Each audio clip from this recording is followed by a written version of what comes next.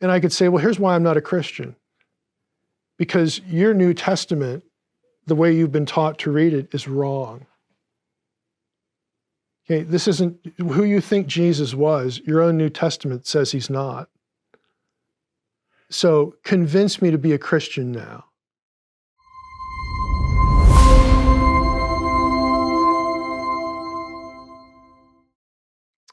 But you can find in 19th century scholarship, real scholarship, I mean, heavy duty, these are the heavy hitters of biblical studies for their day, articles proving that Jesus wasn't a Jew, but that he was a member of the Aryan race. Wait, you're telling me that was in like scholarship? This is peer-reviewed academic scholarship. In the 19th century? And it would, the article I'm thinking of starts off with just the phrase in the Old Testament that, the phrase Galilee of the Gentiles. And so they would begin, the author goes through all the places where Galilee is associated with Gentiles and not Jews. And Peter's Galilean accent, Jesus' time in Galilee, where he goes, who he knows, who his friends are, who's his neighbors, his family members, you know, all this kind of stuff. And the guy is angling to show that Jesus was a Galilean. And Galilee was of the Gentiles, not the Jews. Now, he throws a whole lot more into the mix, but that's the main thread that runs through the article. Now, I could take that into a classroom and I could mimic what this guy does with one Old Testament phrase. It gets repeated in the New, you know, Galilee of the Gentiles. And I could say, well, here's why I'm not a Christian. Because your New Testament, the way you've been taught to read it, is wrong. Okay, this isn't who you think Jesus was. Your own New Testament says he's not. So convince me to be a Christian now.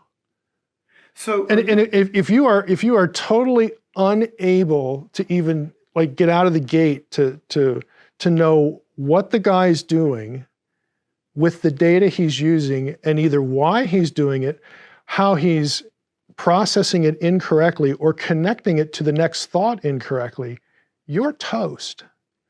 Now, you may not lose your faith, but what I've done is I've sown a seed of doubt in you. And I'm going to let it germinate.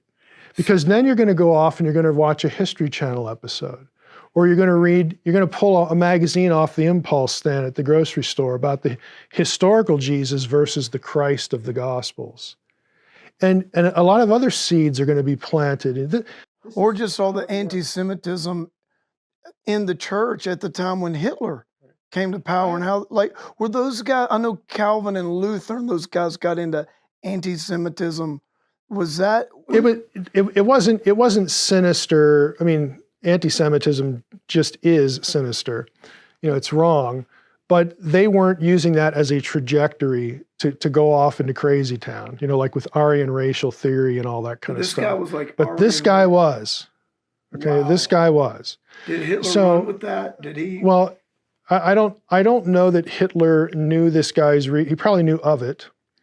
I don't know that he knew it directly, but the point for us is that is an obscure source, a 19th century academic journal written by, you know, some Old Testament scholar. Okay, I can find that because I'm a geek. All right, but what people don't realize is that a lot of these TV shows, you know, Ancient Aliens, History Channel, this or that, you know, anything with Jesus, a lot of that stuff gets mixed in. I mean, they'll interview scholars, sure, but they'll mix it in with stuff that they just literally find on the internet.